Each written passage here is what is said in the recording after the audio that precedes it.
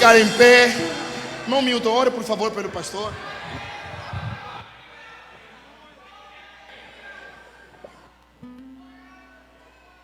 Alô, por gentileza, se colocar de pé, amém? Orar então pelo preleitor dessa palavra nessa noite. E toda honra, toda glória seja dada ao Senhor de vos conhecer. Seja bem-vindo, tá? Deus te abençoe grandemente. Amém, irmãos? Senhor Deus, meu Pai, neste momento mais uma vez eu te dou graça pela honra de poder mais uma vez de poder estar aqui, Pai. Eu te louvo, Pai, porque toda a honra, toda a glória pertence a Ti. Estamos aqui apresentando o Teu vaso, o Teu servo, o Teu instrumento, que seja feita não a vontade dEle, mas sim, Pai, a Tua vontade. Que não seja Ele, mas sim o Teu Espírito esteja impulsionando, ó Deus, a fazer aquilo, ó Deus, sobre a Tua direção. Eu te peço, Deus, já está abençoado, e que seja mais abençoado, e que a Tua presença, Espírito Santo de Deus, esteja ao controle desta obra. Amém. Em nome de Jesus Cristo nós te agradecemos. Amém.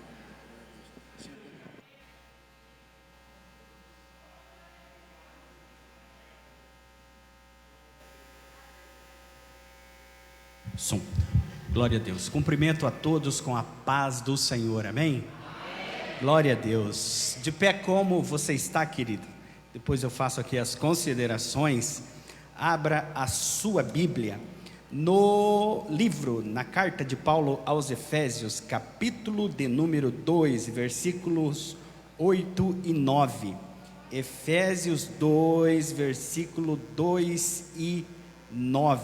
Vamos à leitura da palavra de Deus nesta oportunidade. É uma alegria estar aqui nessa noite, uma honra, uma satisfação imensa estar aqui com o meu amigo Abenício, pastor Abenício, que é uma bênção na vida desta igreja e na vida da nossa igreja no Brasil, né, amados? Diz assim a palavra do Senhor: porque pela graça sois salvos, por meio da fé. E isso não vem de vós, é dom de Deus. Não vem de obras, para que ninguém se glorie. Pode assentar-se nesse instante. Amém.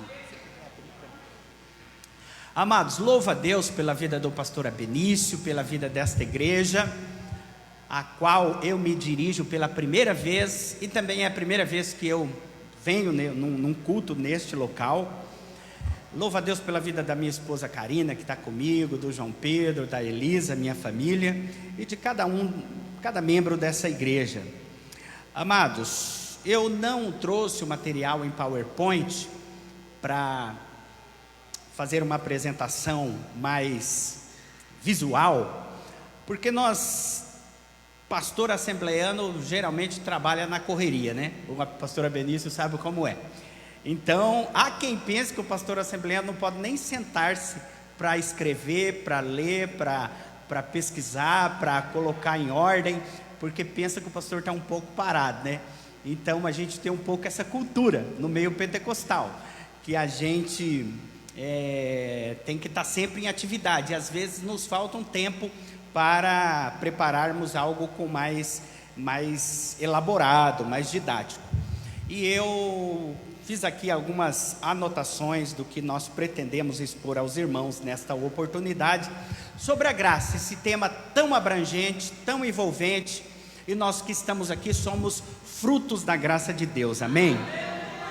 E queria dizer, eu não vou abordar esse tema de maneira teológica, de maneira acadêmica, de maneira aprofundada como o tema merece, porque é um trabalho que tem um aspecto pastoral também à frente desta igreja, e aqui nós sabemos que é um público bem heterogêneo, né? Tem pessoas aqui, talvez novas convertidas, pessoas novas na fé, e pessoas mais antigas, pessoas bem diversificadas, o público é bem diversificado, então nós procuraremos fazer uma abordagem panorâmica sobre o assunto, e ao mesmo tempo bem pastoral. Queridos, a Bíblia revela a graça de Gênesis ao Apocalipse. A Bíblia toda revela a graça de Deus. Obviamente, o texto que lemos fala que nós fomos salvos pela fé, isso não vem de nós, é um dom de Deus, não vem por obras, para que ninguém se glorie. Então, a nossa salvação, os méritos, ou o mérito é de Cristo Jesus, não vem da nossa obra, do nosso pedigree. Eu tenho 40 anos na Assembleia de Deus. Eu já nasci na Assembleia de Deus. Eu tenho carga horária. Quando fundou essa igreja era só mato aqui, eu já estava aqui nesse lugar. Queridos, todos nós, independente de idade, grau de escolaridade, tempo de casa, somos salvos pela graça de Deus. Então não importa. Para você ter uma ideia, às vezes, como a visão da salvação é meio distorcida, teve uma vez numa escola dominical na minha cidade, que um senhor muito piedoso, salvo, crente, mas cada pessoa carrega a sua carga cultural, né? A sua percepção de mundo. Ele numa escola dominical meio que discutiu com um professor por causa do ladrão da cruz, que na concepção dele o ladrão não poderia ter sido salvo. Aí o irmão, não, mas ele não se batizou, ele não deu fruto, não deu testemunho, daí na hora da morte todo mundo é bom. Imagina você viver uma vida errada a vida inteira, adulterando, matando, roubando, aí na hora da morte todo mundo é bonzinho, fala, Senhor, tem misericórdia. Jesus fala, está perdoado e vem. Essa história do ladrão da cruz aí está dando problema até hoje, ele falou. Então veja bem, como que pessoas sinceras, eles não deixam de ser salvos por causa disso. É uma falta mesmo de conhecimento, consciência cristã, consciência bíblica, e aí as pessoas acabam tendo uma postura muito radical, às vezes, e até pelagiana, né? Crendo que o homem, de certa forma, é bom, e ele praticando bem, se esforçando, ele pode conseguir, ele pode conquistar a salvação. Mas não é assim. É única e exclusivamente pela graça de Deus. Queridos, a Bíblia é a revelação da graça de Deus para conosco. A própria Bíblia, a revelação especial. A natureza, tudo, a graça de Deus por toda parte. Só que a Bíblia toda, de Gênesis a Apocalipse, vai falar da graça de Deus, é uma expressão da graça de Deus. Obviamente, culmina a graça de Deus no Novo Testamento com a chegada de Jesus. A palavra graça, só para usar uma única vez aqui o termo mais técnico, vem da palavra grega charis, que significa, para a gente, teologicamente, favor, bênção, bondade, favor imerecido. E nós assembleanos somos dispensacionalistas. Nós cremos e dividimos os períodos aí por dispensações. Então, de acordo com a nomenclatura adotada por nós e por outros segmentos dispensacionalistas, nós dividimos em 7 dispensações: a dispensação da inocência, a dispensação da consciência, do governo humano, da promessa, da lei, da graça e depois milênio ou do reino. Então, dentro da organização, dentro do organograma, dentro da linha temporal dispensacionalista, nós estamos vivendo o tempo da graça. E isso é óbvio, né? Em Cristo a graça de Deus se manifestou, os gentios são alcançados, tanto os gentios quanto os judeus, e a gente sabe que a gente não precisa viver sob o jugo da lei e buscando cumprir os regulamentos da lei mosaica, todo aquele arcabouço de regulamentos até na parte social, organização política, porque existe toda uma aspectos na lei que envolviam uma vida prática do cidadão israelense, judeu, nos pormenores da vida. Nós sabemos que nós não precisamos ter restrições alimentares para sermos considerados puros e etc e tal. Isso aqui é ponto pacífico. Essa é uma igreja instruída. Então, quando a gente falar de lei aqui, você já tem todo esse background aí na sua cabeça, na sua mente. Mas apesar de, na linha do tempo, pela perspectiva dispensacionalista que nós esposamos doutrinariamente, nós estarmos vivendo na graça, eu gostaria de, nesse tempo que nós temos, demonstrar para você que a graça de Deus está presente de Gênesis a Apocalipse. De Gênesis a Apocalipse. Jesus Cristo, por exemplo, jamais usou a palavra graça, propriamente dita, mas ele viveu a graça e ele ensinou sobre a graça. Essa palavra ocorre 115 vezes no Novo Testamento, mais de 100 vezes elas estão registradas nas epístolas paulinas. E o Paulo não só conhecia o termo, não só pregava sobre a graça, mas ele experimentou a graça de Deus na sua vida. Paulo era um homem religioso, que detestava os seguidores de Jesus. Ele era orgulhoso, arrogante, blasfemo, perseguidor, mas quando ele se encontra com Cristo a caminho de Damasco, ele cai de joelhos e se submete ao senhorio de Cristo Jesus, e apesar de ser pecador, ele não se achava, né? Mas aí ele tem a consciência do seu pecado. Ele cai diante de Cristo, reconhece que Cristo é o Senhor, e depois ele testemunha como foi alcançado pela maravilhosa graça de Deus. Então, queridos, a Bíblia não dá uma definição da palavra graça numa frase. Você não vai abrir a Bíblia no Novo ou no Novo Testamento, no Antigo ou no Novo, e ver assim: graça é, isso, isso e isso. Você vai ver demonstrações da graça em toda a Escritura.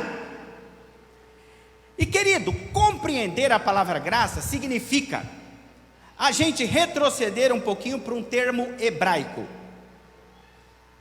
No Novo Testamento é caris, da onde vem a palavra favor imerecido, favor condescendente. Mas se a gente retroceder bastante, a gente vai chegar numa palavra que significa curvar-se, inclinar-se. E com o tempo, obviamente, passou a significar favor condescendente, que não está errado. Tem um pastor falecido que já está com o Senhor, um erudito bíblico chamado Donald Barnhouse. Ele diz assim: guarda essa ideia na mente, que graça, se retrocedermos bastante no sentido dessa palavra no hebraico, é curvar-se, inclinar-se, ok? E o Donald Barnhouse vai dizer o seguinte: o amor que vai para cima é adoração. O amor que vai para cima é adoração. O amor que vai para fora, para o seu mesmo o seu nível existencial, social, vamos colocar o amor horizontal, é o amor afeição. Agora, o amor que se inclina se chama graça. Amém? Então, querido, quando eu amo a Deus e o adoro, Ele está acima de mim. Quando eu amo a Deus e digo: Senhor, eu amo, Senhor, eu te quero, Senhor, o Senhor é a razão da minha vida, eu estou adorando a Deus. Quando eu vivo e na minha vida eu demonstro esse amor por Deus, porque demonstrar amor por Deus não é apenas falar palavra bonita para Ele, não é apenas ter um vocabulário evangeliquez, não é apenas conhecer as terminologias pentecostais. Amar a Deus é viver de forma que o meu testemunho, a minha vida, demonstre esse amor, é adoração. Então, quando vai para cima, é adoração. Quando o amor vai para o lado, é afeição. O pastor Abenício é meu amigo, eu o amo. Afeição. Amo minha esposa, são amores diferentes, mas é um afeto dirigido a alguém que está na minha esfera, no meu nível de existência. Isso se chama afeição. Agora o Donald Barnhouse, ele é muito preciso nisso. Agora o amor que se inclina é graça. Eu vou usar um exemplo, para você falar de graça, irmãos, não é fácil. Então a gente não vai ficar em terminologias e sistemáticas teológicas aqui. A gente está falando para a igreja, e o pastor Abenício, com certeza, ele tem essa ideia pastoral. Então, amados,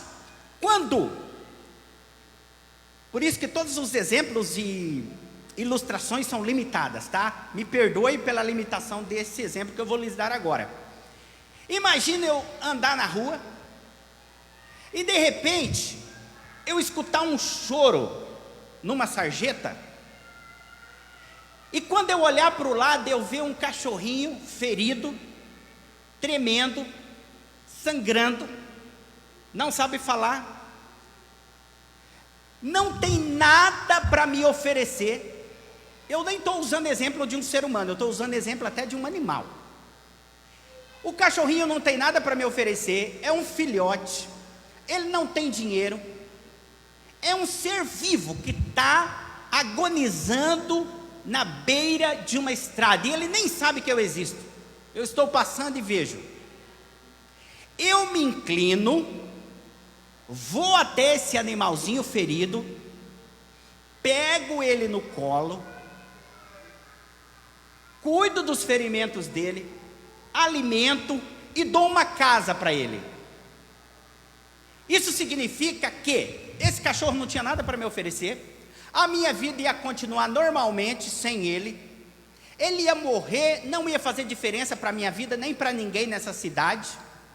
Um animal na beira do caminho. Mas eu, num ato de graça, olho para esse animalzinho ferido e digo: eu quero ajudá-lo. Há amor no meu coração para ajudar, mesmo ele não tendo nada para me oferecer. Então, querido, aí está a ideia do Donald Barnhouse. O amor que vai para cima é adoração. O amor na horizontal, para qualquer um no nosso nível, é afeição. Eu posso fazer algo por você, mas você pode fazer algo por mim depois. É tipo uma troca. Só que quem não tem nada para nos oferecer, e nós devotamos amor a isso, isso se chama graça. E foi exatamente isso que Deus fez desde o começo. Deus curvou-se, Deus inclinou-se para vir em socorro ao homem. Desde o começo sempre foi a graça. Sempre foi.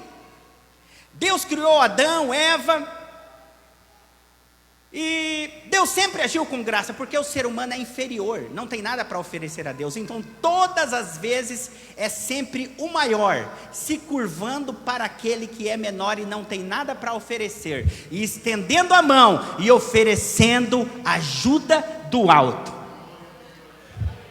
Querida, a própria Bíblia é uma carta de graça para nós, do favor de Deus para conosco. A Bíblia fala sobre o homem. Você sabia que nem quem nós somos, nós saberíamos se não fosse Deus se revelar a nós? Você não saberia. Você é um ser humano inteligente, claro, você tem consciência da sua existência.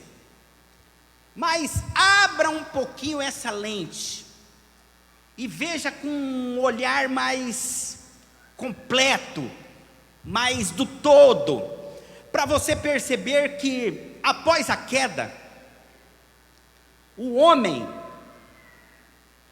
depravado totalmente, caído, e à medida que essa sociedade, a humanidade vai aumentando em número, o homem está perdido nas culturas mais perniciosas. E aí as suas explicações de origem, as suas explicações de quem ele é, as suas explicações de como eu cheguei a esse planeta e como eu fui formado, vai se tornando as mais diversas possíveis. Hoje, com a própria ciência, olha algumas explicações de alguns evolucionistas. Se você perguntar quem é o homem, de onde viemos, quem nós somos, para onde vamos, quem conhece a Escritura fala: eu vim de Deus, eu vivo para a glória de Deus, eu vivo com um propósito, Ele deu o seu Filho por mim, eu vivo, fui salvo pela graça, e eu sei que um dia eu vou morrer fisicamente, mas eu vou morar para sempre com o Senhor. E se porventura eu alcançar o arrebatamento da igreja, eu vou subir ao céu ao encontro do meu Senhor. Amém. Você sabe quem você é, você sabe de onde você veio. Olha que perguntas filosoficamente profundas que a sociologia, a antropologia, a psicologia, o humanismo fica tentando responder de uma ou de outra forma. Você já sabe as respostas, porque a Bíblia te deu, porque a graça te deu. Eu sei quem eu sou, eu sei de onde eu vim, eu sei para onde eu vou. Até hoje, querido, isso que parece tão simples para nós, por causa da revelação, por causa da graça, se você perguntar para um materialista, ele vai falar assim: olha, eu anotei aqui algumas respostas de alguns materialistas, evolucionistas famosos. Quem é o homem? Ele vai dizer: olha, o homem é um fungo na superfície do planeta, é algo insignificante. Você já tem a resposta: eu sou filho de Deus. E isso não foi você que estava no seu quarto um dia falando: quem sou eu? De onde eu vim? E aí você inteligentemente descobriu a sua origem. Você só sabe a sua origem porque o Senhor Jesus revelou-se nas páginas da Escritura. Senão você estaria tateando no escuro, como pessoas que sabem muito, mas no nível apenas humano, horizontal, e quando olham para a eternidade pensam: o que será de mim? De onde eu vim? Tem gente tentando responder isso ainda hoje. Outro evolucionista famoso, o Nietzsche: o ser humano é uma corda esticada no abismo. Que deprimente.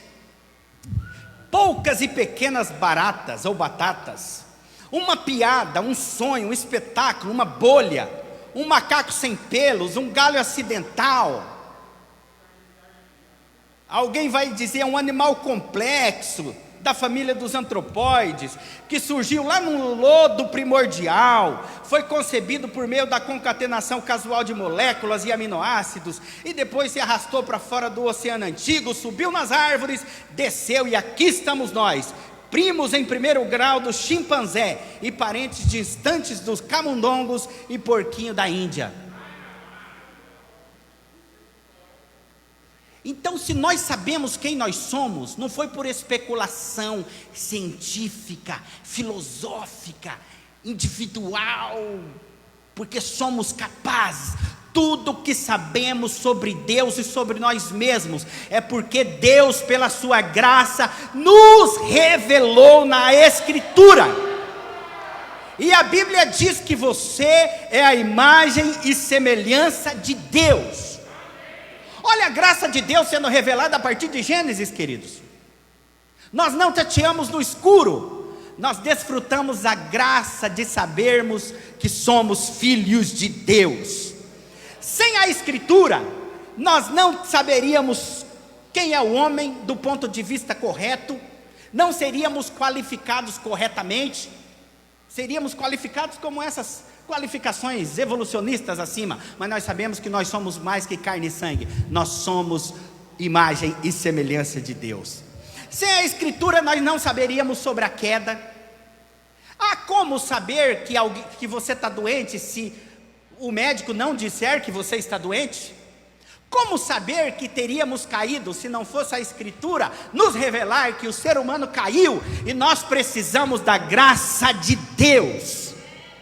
Nós não saberíamos sobre o pecado, nós não saberíamos sobre as Escrituras da maneira correta, como sabemos, porque a Bíblia é fiel na sua apresentação sobre quem é Deus. Então, queridos, pensando na graça de Deus a partir de Gênesis, e que a graça é você inclinar-se, curvar-se para estender a mão e estender o favor a quem não tem nada para te oferecer. Você consegue ver a graça já lá no Éden? Quando Adão peca, em Gênesis 3, 8 até o 10 por aí, eles pecaram, se esconderam de Deus, queriam ser igual a Deus. Deus poderia dizer: eu não preciso do homem, um serzinho limitado, que pretensamente caiu no engano da serpente, tentando ser igual a mim. Já que ele quer ser um Deus, que seja um Deus naquele pequeno planeta, entregar ao homem a sua própria sorte. Mas você vê Deus se curvando para aqueles que nada tinha para oferecer. Você vê a manifestação da graça, olha como que a graça é maravilhosa. Deus inclinando-se, o maior se inclinando para o menor, que nada podia lhe oferecer. E lá vem Deus se inclinando e perguntando: Adão, onde você está? É a graça de Deus manifesta. Queridos, e você vê já no Gênesis 3:15, o anúncio da chegada de um conflito de redenção, que seria a vinda do nosso Cristo, que nos proporcionaria a salvação. Você já vê o proto-evangelho em Gênesis. No dilúvio, querido, toda a humanidade fazendo coisas perversas, Deus, com a sua graça, separa uma família para preservar na face da terra. Ao ele dar um reinício, vamos dizer que ele resetou o planeta, reiniciou, então teve que reiniciar a partir da família de Noé. Foi a graça de Deus. Quando Abraão estava o povo perdido pela terra, cada um também dispersos pela superfície, Deus, com a sua graça, chama Abraão para formar uma grande nação, e diz: em ti serão benditas todas as famílias da terra. Se você está aqui nessa noite, querido, é porque a graça de Deus percorre a história da humanidade, estendendo a mão para homens e mulheres, e por isso estamos aqui nessa noite. Quando o povo está no Egito, Deus vem com graça e tira esse povo e traz a libertação. A gente costuma fazer um paradoxo, ou colocar de maneira antagônica a graça e a lei. E está certo, porque Paulo fala que nós não somos salvos pelas obras da lei, mas pela graça. Você vai ver isso, Paulo brigando por causa disso no Novo Testamento. Mas olhando panoramicamente, distanciado desse embate teológico que impediu que a igreja se tornasse um puxadinho do judaísmo, e graças a Deus o evangelho chegou para os gentios. Mas se olharmos panoramicamente, globalmente, até a lei é fruto da graça de Deus. Que choque! Porque a lei foi dada para que um povo se mantivesse vivo e puro no meio de uma cultura perniciosa, maligna, demoníaca, e o povo de Deus teria sido destruído, engolido pela perversidade à sua volta, se a lei não servisse de aio para cercar esse povo, conduzi-lo de maneira segura ao longo da história, e que eles se mantivessem como nação e como povo de Deus. Os povos ao redor dos judeus faziam coisas absurdas, mas Deus pela lei preservou a moralidade, preservou a integridade física, preservou a integridade nacional, preservou a integridade das tribos, preservou o povo. A lei serviu como uma incubadora para ir conduzindo esse povo ao longo da história, e isso é graça de Deus para com o povo de Israel. Enquanto os outros povos, em questões religiosas, teológicas, espirituais, adoravam demônios, queimavam seus filhos aos demônios, sacrificavam humanos, a vida humana não tinha importância nenhuma, o ser humano era dominado por elites poderosas, o homem comum não tinha valor. Em Israel era proibido o aborto, era proibido o sacrifício humano. Em Israel Deus preservava a vida através da sua graça manifesta nos ensinamentos para aquele povo. Então a lei até a lei é uma manifestação da graça de Deus para com o povo. Até o cativeiro, quando Israel vai para o cativeiro porque é idólatra, fica na Babilônia, é uma maneira pedagógica de Deus falar: eu estou tratando você, eu estou fazendo você passar por esse aperto, para te desintoxicar de tudo aquilo que não presta, para que quando você voltar para a terra, você deixe a idolatria para trás. Então, queridos, se você olhar com um olhar, uma hermenêutica bíblica abrangente, porque a Bíblia toda é interligada, você vai ver a manifestação da graça de Deus ao longo de toda a Escritura. Sem falar dos episódios individuais de graça no Antigo Testamento, que seria impossível ter acontecido se não fosse a graça de Deus agir. E agora, querido, falando da graça e a lei,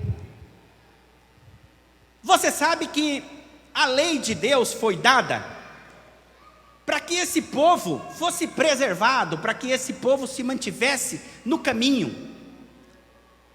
Mas isso tudo depois se tornou um objeto de aprisionamento, quase que até. Você vê no Novo Testamento a lei sendo instrumento de debates entre fariseus, com aquele exclusivismo religioso, e Jesus, que é a graça de Deus manifestada, entra em choque com esse sistema. Entra em choque, porque a lei de Deus é boa. Só que os homens vão fazendo puxadinho da lei, puxadinho, 613 mandamentos, puxadinho aqui, puxadinho ali, e se torna uma opressão religiosa, se torna um gesso religioso que sufoca a graça de Deus e o verdadeiro espírito da lei. E pela lei ninguém é salvo, querido.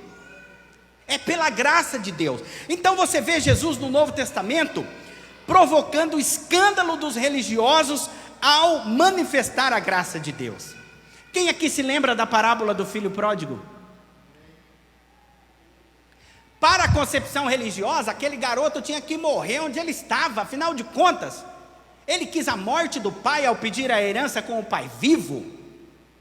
Ele errou, ele pecou, ele foi cuidar de porcos, animal imundo, detestado pelo judeu, rejeitado pelo judeu, pela perspectiva mosaica da lei. Agora alguém que alimentava porcos, como é que pode voltar? Só que Deus é este que vai ao encontro do pecador e abraça o filho perdido que está de volta. Isso é a graça de Deus. Jesus sempre manifestou a graça de Deus.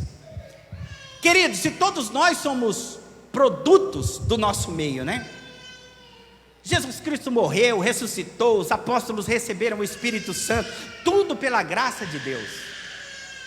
Só que o apóstolo Pedro, em Atos capítulo de número 10, tem uma visão, tem um sonho, tem um start de Deus, um insight, que ele vê um lençol, quando ele estava em Jope, e animais, que para ele não era lícito comer pela lei, e ele fica perturbado com aquilo, ele fica atormentado com aquilo. Onde já se viu, né? Imagina que aqui está fazendo uma referência a Levítico, as proibições. Imagina você ver porco, camelo, coelho, abutre, corvo, coruja, cegonha, morcego, formiga, besouro, urso, lagarto, camaleão, num lençol, e Deus fala: come isso daí. E pela lei ele não poderia. Mas o que acontece de interessante nessa história é que lá em Cesareia tinha um gentio chamado Cornélio, que era um homem piedoso e estava buscando a Deus nas suas orações e procurando viver uma vida correta. Queridos, o fato é que Pedro vê tudo isso, e aí pouco depois batem na porta dele, e ele é convidado a ir para Cesareia. Onde já se viu um judeu piedoso, obediente à lei, obediente aos ensinos que recebeu desde a infância, um camarada acostumado a lavar as mãos, lavar os pés, nem tocar em animais imundos. Se uma aranha encostasse no camarada, ele tirava o couro da mão de tanto lavar. Agora imagine esse camarada ser convidado a falar para gentios. Quando ele chega para falar com gentios, para falar com homens, ele já chega mais ou menos assim, ó: olha aqui, ó, não é lícito um varão judeu como eu a chegar-se a estrangeiro, mas Deus me mostrou que a nenhum homem chame comum ou imundo. Ele vai para a casa de Cornélio, mas ele já chega assim: olha, eu estou aqui porque Deus me mandou, tá? Mas se fosse para eu vir, eu não viria, porque vocês não são merecedores, vocês não são guardiões da lei, vocês não são observadores da lei, vocês são gentios, vocês são imundos. Eu estou aqui porque Deus me mandou. E o que acontece naquele lugar? Gentios considerados imundos são batizados com o Espírito Santo de Deus. Isso é a graça de Deus. Jesus já chega quebrando esse paradigma, demonstrando a graça no seu ministério, na sua vida. E foi morto também, porque deveria ser morto para se cumprir as escrituras, mas se você olhar as motivações, é porque ele quebrava toda a hegemonia do pensamento da elite religiosa, que tinha as coisas baseadas no mérito. Jesus é aquele que olha para a prostituta, e os camaradas com a pedra na mão para apedrejá-la, ele diz: olha, ninguém te condenou? Eu também não te condeno, vai embora e não peques mais. É a graça de Deus, porque a graça não é por merecimento. O Filipenses fala que do ponto de vista humano, a graça é injusta. Do ponto de vista humano, a graça, ela é injusta. Por quê? Do ponto de vista humano a gente diz: tem que morrer, tem que matar, tem que apedrejar, tem que excluir da igreja, tem que disciplinar, porque ele não está com o traje dos cumpridores da lei.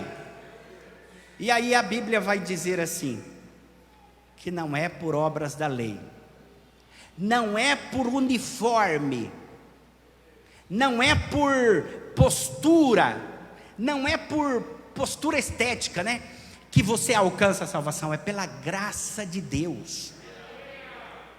Então, querido, Pedro resiste pregar para um gentio, porque os gentios tinham uma maneira de viver totalmente depravada. Então, como não cumpridores da lei, eles não tinham feito o suficiente para merecer a salvação. Mas a ordem do Senhor é que ele vá para a casa de Cornélio e pregue. Interessante que Pedro está em Jope quando o Senhor o confronta com a visão do lençol e os animais imundos. Se você se lembrar, foi em Jope que Jonas pegou o navio para não ir pregar em Nínive, porque ele achava que os ninivitas não mereciam a mensagem de Deus. Os ninivitas eram maus, eram assírios. A Síria inaugurou o primeiro exército profissional do mundo. Os caras ganhavam para lutar, treinavam o tempo inteiro, eram conhecidos como ladrões. Eles queriam algo, ia lá com o exército e tomava. Pegavam os inimigos, tiravam o couro dos inimigos vivos, empilhavam a cabeça dos inimigos, não tinham pena de ninguém, não existiam códigos de direitos humanos, não existia tratados internacionais para como você tratar um prisioneiro. Então eles enfiavam prisioneiros em estaca, faziam coisas terríveis. E o Senhor fala para Jonas, olha que manifestação de graça no Antigo Testamento: vá a Nínive e pregue a mensagem. Fala que se não se arrepender, eles vão ser destruídos. E Jonas pensa, esse povo não merece. Por que esse povo merece? Não merece, tem que morrer mesmo. E quando Jonas, depois de todos aqueles transtornos, vai para Nínive e prega, o que acontece? O povo se arrepende e Deus graciosamente não destrói a cidade. E o que acontece com Jonas, religioso, legalista, opositor da graça de Deus, naquele contexto?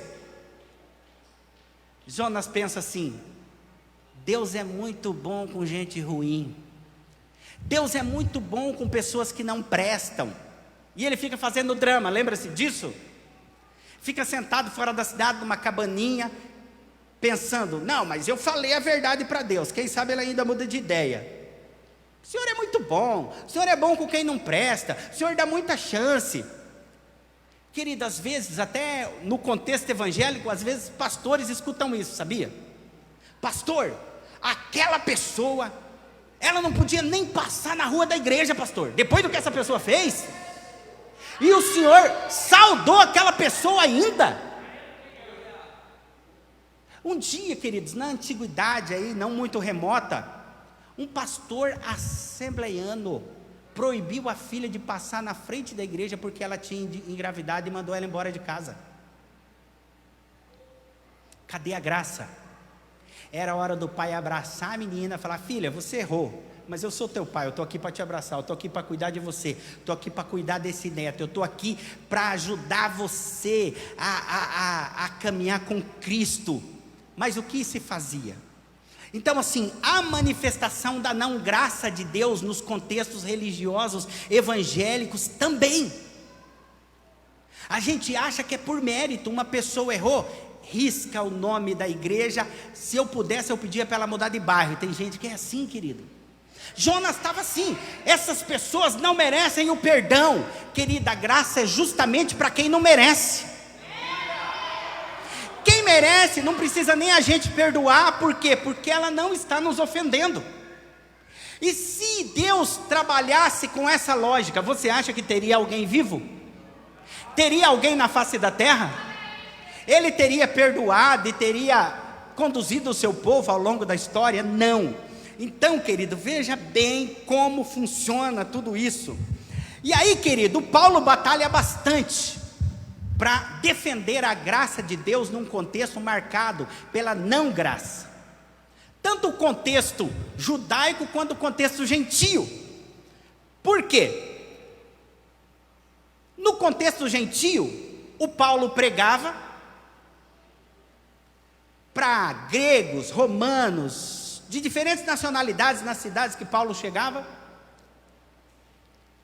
E o que acontecia com os judeus que tinham se convertido ao cristianismo?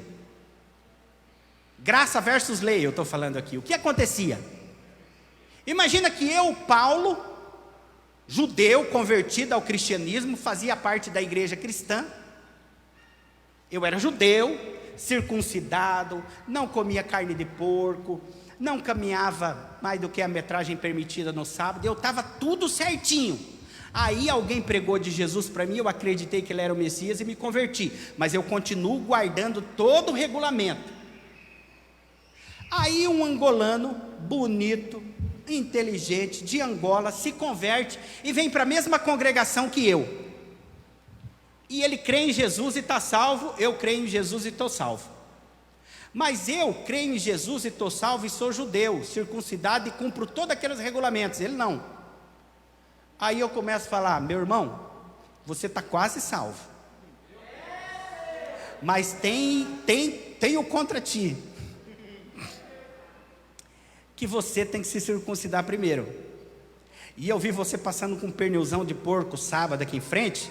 Duas coisas erradas: você andou muito no sábado, e outra coisa, comendo porco. Tem que parar com tudo isso, porque senão você não vai ser salvo. Então, querido, se você olhar a epístola de Gálatas, você vai ver a batalha tremenda que Paulo trava para libertar a mente dos gentios que estavam salvos em Cristo Jesus, mas os judaizantes passavam pela igreja, ou aqueles que residiam na cidade, começavam a colocar na cabeça dos crentes, salvos pela graça, mas ainda não é o suficiente. É a cruz de Cristo, o perdão de Cristo, mas você abre mão dessas comidas aqui, mais a circuncisão, ou seja, o cristianismo, propagador da graça de Deus ao mundo, do perdão dos pecados incondicionalmente, independente do gênero, homem, mulher, da condição social, senhor ou escravo, de idade, ancião e novo. Querido, todos reconhecendo Jesus como Salvador estão salvos pela graça de Deus. Isso não vem de vós para que ninguém se glorie, é dom de Deus. A graça de Deus é derramada, o Espírito Santo de Deus é derramado. Mas aí alguém diz: não é o suficiente, você tem que fazer mais algumas coisas que você está deixando de lado. E o crente novo convertido começa a pensar: será que é verdade? Tanto que Paulo, no momento, escreve na carta aos Gálatas, fala assim: vocês estavam indo tão bem, Cristo é suficiente. Quem foi que enfeitiçou vocês, ou ludibriou vocês com essas coisas? E como se não bastasse colocar minhoca na cabeça dos novos convertidos e das novas igrejas formadas por gentios, eles começaram a desacreditar e queimar, fazer um cancelamento na reputação do apóstolo Paulo. Mas quem disse que o Paulo é apóstolo? O Paulo é liberal. O Paulo é liberal. O Paulo não é apóstolo não, ele nem andou com Jesus. Ele não andou com Jesus. Ele é um mentiroso, ele é um impostor. Aí Paulo tem que defender o apostolado e defender a igreja de Cristo, querido. E olha como que crente antigo e crente que andou com Jesus e que anda com Jesus pode cair nessa artimanha. Lembra que o Pedro não queria pregar para o Cornélio, mas Deus, rapidamente falando aqui, mudou a visão de Pedro? Pois bem, quando Pedro estava nessa região de Antioquia aqui também, e Paulo pregando e gentios se convertendo pela graça de Deus, é sempre pela graça,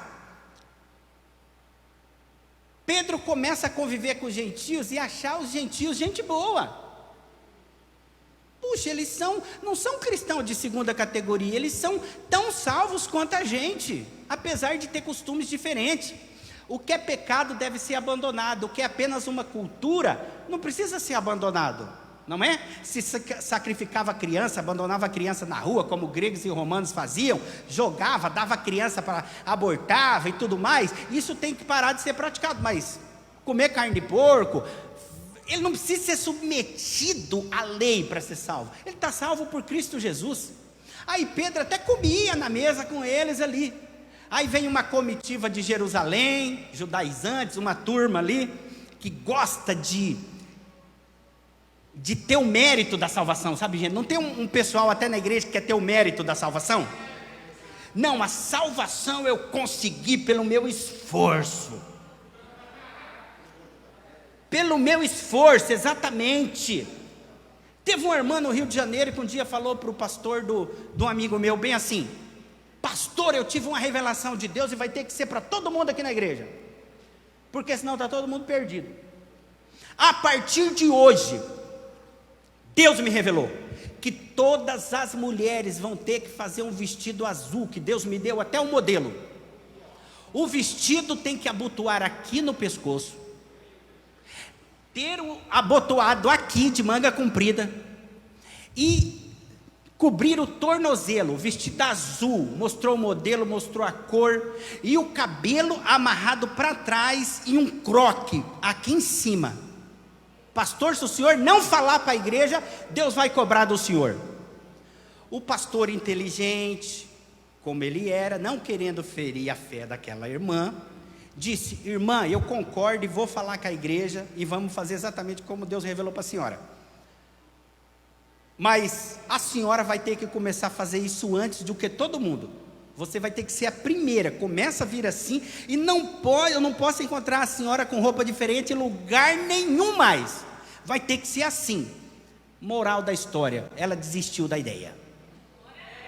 Então, querido, não é a cruz de Cristo, a obra de Cristo na cruz, é a cruz de Cristo mais o meu bigode, é a cruz de Cristo mais o meu cabelo. Irmãos, a Assembleia de Deus é uma igreja maravilhosa. Tem pessoa que tem cabelo comprido, cabelo lindo, tem pessoa que tem cabelo curto. O evangelho é transcultural, o evangelho é universal. Já os costumes são locais. Você sabia que nas Ilhas Fiji, se eu estivesse na Ilha Fiji e fosse um pastor lá, eu estaria usando saia? Você sabia disso? Agora, se eu for, os habitantes de Fiji eram canibais, comiam gente. O primeiro missionário metodista que chegou lá, comeram ele, devoraram.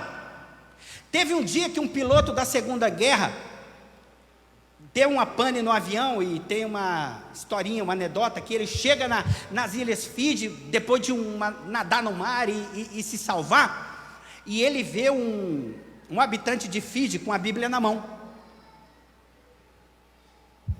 Aí ele fala assim, na Inglaterra, né, um piloto britânico, influenciado pelos livros do Darwin, pelo evolucionismo, olha para o habitante das Ilhas Fiji e fala assim: você ainda acredita nesse livro? Ih, na Inglaterra não acreditamos mais não. Nós sabemos que o evolucionismo explica a origem do homem, etc e tal. Você ainda crê nesses mitos aí? Aí o habitante das Ilhas Fiji olhou para ele e falou: dê graças a Deus por eu acreditar nesse livro, porque se eu não acreditasse nesse livro, uma hora dessas você estaria aqui, ó. Agora imagina o pregador do evangelho chegar nas Ilhas Fiji e, ao invés de se preocupar em transmitir o evangelho, dizer para o habitante de Fiji: tira essa saia, bota uma calça antes, porque senão você não é digno de receber o evangelho.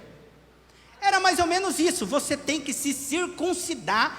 Primeiro você tem que virar um judeu, mais ou menos isso. Aí depois Jesus vai te aceitar. Não é assim. Jesus nos aceita exclusivamente pela sua graça. E para defender essa verdade, o Paulo teve que bater de frente com Pedro, irmãos. Imagina a coragem de Paulo. Paulo é um abortivo, ele mesmo se descreve assim, ou seja, ele não andou com Jesus, não era seguidor de Jesus. Ele se converte no caminho de Damasco, depois de Cristo ter morrido e ressuscitado, e depois da descida do Espírito Santo, vai estar em Atos 9, e agora, pregador da graça de Deus para os gentios e para o mundo, ele tem que bater de frente com Pedro, porque como eu estava relatando, o Pedro na cidade onde Paulo pregava, nessa região da Antioquia da Psídia, ou da Galácia, perdão, eu estou misturando as Antioquias aqui, tá? Perdão por esse detalhe aí. Mas na região da Galácia ali, ele vê os gentios comendo, e Pedro está comendo com os gentios. O gentio está comendo pernil de porco, está comendo presunto, estão vivendo a vida deles na graça de Deus, e Pedro está permitindo e convivendo com eles. Aí quando vem uns judaizantes, que falam que a salvação é pelo cumprimento da lei, aí o Pedro se separa dos irmãos gentios, e até o Barnabé troca de lado, por causa da dissimulação e do blá blá blá daqueles camaradas. E aí o Paulo tem que bater de frente com Pedro, mais ou menos assim, tá? Não é a versão da Bíblia, é a versão Paulo Lemos aqui agora. Ele fala assim: Pedro, você é incoerente. Você quer que o cristianismo, a graça de Deus, se transforme numa seita? Agora, para ser seguidor de Cristo, não é mais a cruz de Cristo, a obra de Cristo, a graça. Agora tem que circuncidar, tem que viver nos costumes dos judeus para ser cristão. E o Pedro, mas veja bem, Paulo, se não for assim, esse povo vai se perder, porque vai ser um liberalismo total. Como é que vai fazer para a igreja permanecer firme, se a gente não for rígido? O Paulo fala, é a cruz de Cristo, meu irmão. É o Espírito Santo dentro do coração, transformando a natureza do homem. Não é por causa de comer isso ou aquilo, não. É a graça de Cristo. Eu já estou crucificado com Cristo. Pedro, você é incoerente. Eu ainda sinto o cheiro de presunto na sua boca. Quando o pessoal de Jerusalém não estava aqui, você estava comendo presunto, você estava alegrinho com a gente. Agora o pessoal de Jerusalém chegou, você está dando uma de fazendo essa apartheid. Pedro, os crentes dessa cidade são tão salvos quanto os apóstolos que estão em Jerusalém, meu irmão. É a graça de Cristo. É a graça de Cristo. Paulo arremata em Gálatas 2:21, não aniquila a graça de Deus, porque se a justiça provém da lei, Cristo morreu em vão. Cristo morreu para nos dar a sua graça. A salvação é pela graça. Os defensores do merecimento ao longo da história, irmãos, defenderam cada coisa absurda já, para ser salvo. Teve o William James cita um líder religioso que ele fez um voto, que ele nunca cheiraria uma flor. Eu sou tão santo, me esforço tanto para ser salvo, que eu nunca vou cheirar uma flor, eu nunca vou espantar uma mosca, eu nunca vou ter nojo, mesmo diante de algo repugnante, eu nunca vou sentar-me. Imagina você passar a vida sem se sentar, para quê? Porque eu quero ir para o céu, eu estou fazendo sacrifício. Eu nunca vou me sentar, e quando eu comer eu nunca vou colocar o cotovelo, quando eu for orar eu nunca vou pôr o cotovelo. Tem um crente ao longo da história, né, panoramicamente aí da história da igreja, o absurdo do merecimento, que ele cobria os olhos para não ver as belezas dos Alpes suíços. Não, eu não posso, nada que dê prazer. Eu estou comprando a minha salvação. Eu estou comprando a minha salvação. Quando se descobriu o pecado de alguma pessoa, sabe o que faziam? Executavam em praça pública. Você não merece a salvação, você pecou. Querido, é pela graça. É pela graça para quem está lá fora, para o traficante, para a prostituta, para o aidético. É pela graça. Continua sendo pela graça para quem está aqui dentro. É pela graça para quem prega, para quem errou, para quem pecou, para todos. É sempre pela graça. É sempre um favor imerecido. É sempre um favor imerecido. E ao longo da história já se discutiu, querido, é pecado tingir tecido, é pecado pintar o cabelo, é pecado andar de bicicleta. Já teve, graças a Deus a igreja vai evoluindo na compreensão da graça de Deus, mas já teve períodos que irmãs eram disciplinadas na igreja por andar de bicicleta, de verdade. Não pode, mulher não pode andar de bicicleta, é pecado. Então, você anula a graça. A gente não está pregando a lei mosaica de circuncisão e não comer carne de porco, mas a gente inventa a nossa própria lei. A gente inventa a nossa própria lei e exclui as pessoas e rejeita as pessoas, sendo que foi sempre pela graça de Deus. E o sistema de religião legalista cega a pessoa. Tem pessoa que está na cadeia e ele ainda é legalista. Você sabia que tem preso que foi um assembleiano legalista, um camarada da congregação cristã do Brasil legalista? Você pode ser assembleiano e não ser legalista, certo? Você vive na graça. Mas um assembleiano legalista, ou uma congregação cristã legalista, que cometeu um pecado e está na cadeia, matou alguém, fez coisas terríveis.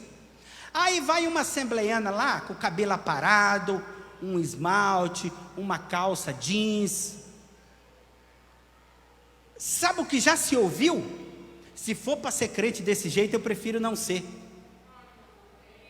Ou seja, matou, está preso, é criminoso, e está achando que é mais crente do que a irmã que foi lá com a calça jeans. Porque na cabeça religiosa dele, o céu não é pela graça, o céu é por merecimento. Ele prefere ouvir palavrões do que ouvir a pregação na boca. Eu já fui em cidade que eu estava com a barba um pouquinho sem fazer, uma calça jeans, e alguém me encontra e fala: rapaz, você está desse jeito? Se o pastor daqui vê você assim, ele não vai deixar você pregar não. Pastor de calça jeans e a barba, irmão, misericórdia, irmão, o pastor não vai deixar você pregar. Amém, querida? A pessoa que tem essa compreensão pode ser salvo, pode ter Jesus no coração, mas ela simplesmente está anulando o poder da graça de Deus, achando que a salvação é pela graça, pelas obras. Para terminar, porque tem muita coisa aqui para falar, mas eu sei que eu estou estourando o tempo. Teve um menino que eu acompanhava em Arapongas, que tinha uns pensamentos suicidas, não era da igreja. E ele tentou se suicidar várias vezes, e uma das vezes, se a guarda municipal não encontra ele, ele teria morrido, porque ele tomou não sei quantos comprimidos dentro de um carro com o vidro fechado, perto do cemitério, e encontraram ele 3 da manhã. E eu sempre acompanhava ele. Essas pessoas ficam muito dependentes da gente, né? Acontece que quando ele saiu do hospital, queriam levar ele para uns tratamentos, e ele falou: eu só tomo o remédio e vou fazer o tratamento se o pastor Paulo vier aqui em casa. E eu fui na casa dele, não é porque eu sou melhor, é porque qualquer outro que estivesse acompanhando ele ia ter se apegado daquela forma. Da casa dele, ele concordou ir comigo no médico, ele concordou tomar os remédios, mas sabe quem quase põe tudo a perder? A mãe dele, que era crente de uma determinada igreja, e na hora que a gente falou: vamos orar, ela falou: mas de pé eu não oro, de pé eu não oro. E ainda buscou um utensílio para pôr na cabeça. Amém, Deus ouve a oração dela, mas ali mais importante do que a posição de pé ou de joelho, com véu sem véu, com cabelo comprido ou cabelo curto, careca ou com cabelo, de barba sem barba, calça jeans ou sem calça jeans, era a vida do filho dela que estava em jogo. Então, querido, ao longo da história da igreja, nós podemos deixar um tipo de legalismo e cair em outro. Nós podemos sair da posição de pessoas que reconhecem que são salvos pela graça de Deus e nos tornarmos burocratas, legalistas do que pode e o que não pode. Pecado vai ser sempre pecado, mas aquilo que é invencionice atrapalha e não ajuda. Atrapalha e não ajuda. Queridos, que nós tenhamos consciência que nós somos carentes da graça de Deus, carentes da misericórdia e da graça de Deus. A graça de Deus não é um conceito abstrato, teológico, que a gente transfere conceitualmente para as pessoas. Isso é possível através da explicação, através da aula, através da leitura. Cognitivamente é possível entender o que significa abstratamente a graça. Só que viver a graça é outra coisa. Viver a graça. Há alguns meses eu estive em Toledo e conversando com um casal. Eles me jantaram para comer, me convidaram para comer na casa dele. A Karina estava comigo, a minha família toda. E cresceram na igreja. A esposa dele me disse assim: pastor, a última vez que o senhor esteve aqui em Toledo, que o senhor veio na nossa casa, o senhor falou uma coisa que mudou a minha vida. Eu pensei: puxa, eu falar uma coisa que mudou a vida de um crente, numa simples conversa, numa janta, o que foi que eu disse? Ela falou: o senhor disse, pastor, que o nosso nome escrito no livro da vida, Deus não fica escrevendo e apagando todo dia, e que a salvação não é de plástico. Depois disso, pastor, eu vivo leve, eu vivo na graça, pastor. Por quê? E o esposo dela falou: ela falou, meu esposo quase pegava um chicote para bater na costa dele todo dia.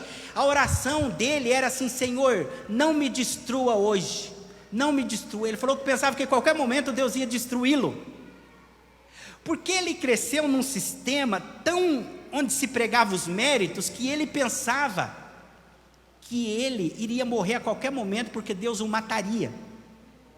Querido, Deus não aceita quem vive pecando e brincando de ser crente.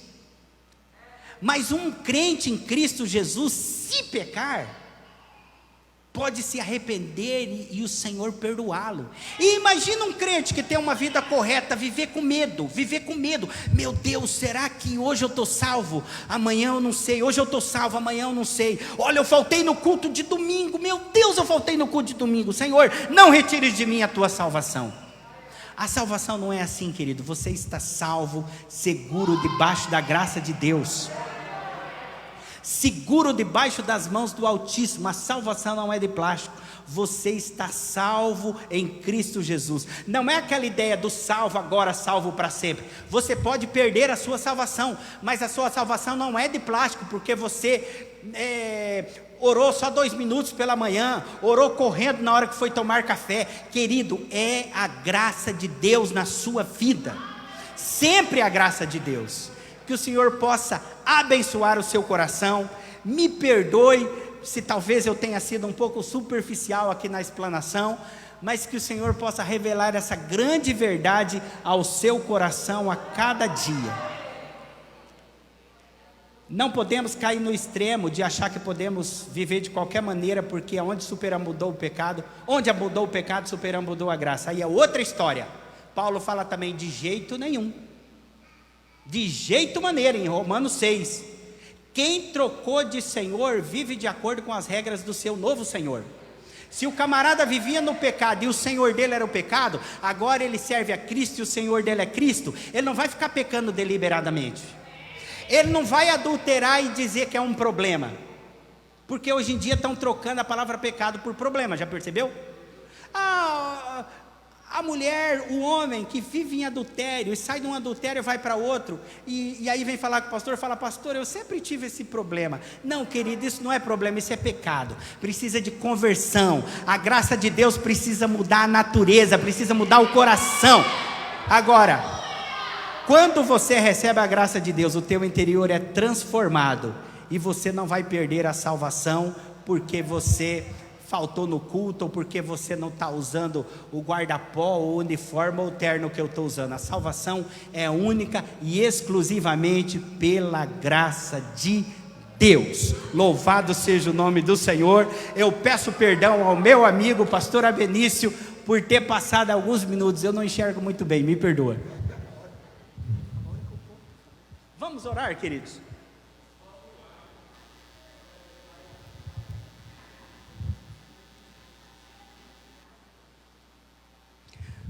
Vamos orar, amados. Coloque a sua mão no seu coração. Deus, nós estamos aqui única e exclusivamente pela sua graça, em nome de Jesus. Foi o Senhor que veio ao nosso encontro. Foi o Senhor que comprou-nos com o seu sangue inocente. Nenhuma condenação há para os que estão em Cristo Jesus. Nós estamos protegidos, guardados debaixo do seu amor, da sua graça. Que nós possamos, Senhor, com a nossa conduta, não para ganhar merecimento ou crédito, porque as nossas melhores obras são como trapos de imundícia, mas que a nossa resposta a essa graça possa ser a obediência, e até para obedecer o seu Espírito Santo nos capacita, porque a resposta que damos a esse amor é a maneira que nós nos conduzimos, o desejo que temos pela sua presença, a ânsia e a paixão e o desejo e a busca que temos pelo seu Espírito Santo, é o entristecimento, o quebrantamento diante daquilo que nos é oferecido como pecado. Senhor, nós não vivemos na lei a ponto de termos que praticar o pecado para sermos considerados impuros, Senhor.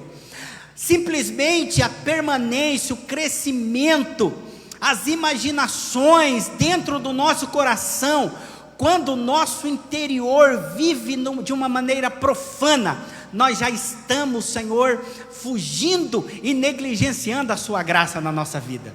Se no Antigo Testamento, para ser considerado assassino, tinha que matar, no Novo Testamento, aquele que odeia o seu irmão, já tem que se arrepender por um crime que ainda nem cometeu. Se no Antigo Testamento alguém tinha que ser pego em adultério para ser considerado um adúltero, no Novo Testamento o desejo desenfreado pelo adultério, pelo pecado, já é considerado adultério. Nós temos que nos arrepender por aquilo que ainda nem cometemos. Então, apesar da graça ser maravilhosa, ela exige de nós mais responsabilidade, mais consciência e busca incessante pelo seu Espírito Santo. Sê com a tua igreja, Deus, em nome de Jesus, amém.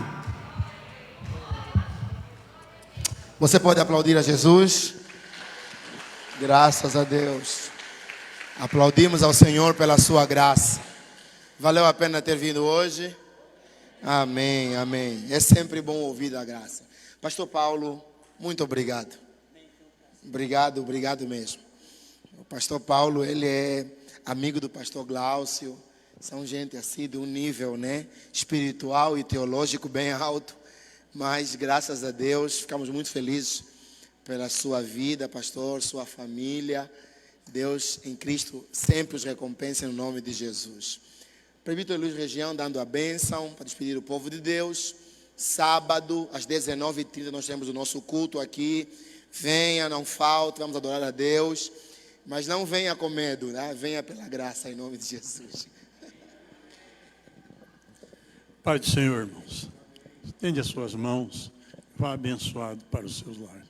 Que a graça do nosso Senhor e Salvador Jesus Cristo, o grande amor de Deus, o nosso Pai, e a doce consolação, a orientação do Espírito Santo de Deus esteja sobre todos nós. E juntos dizemos: amém.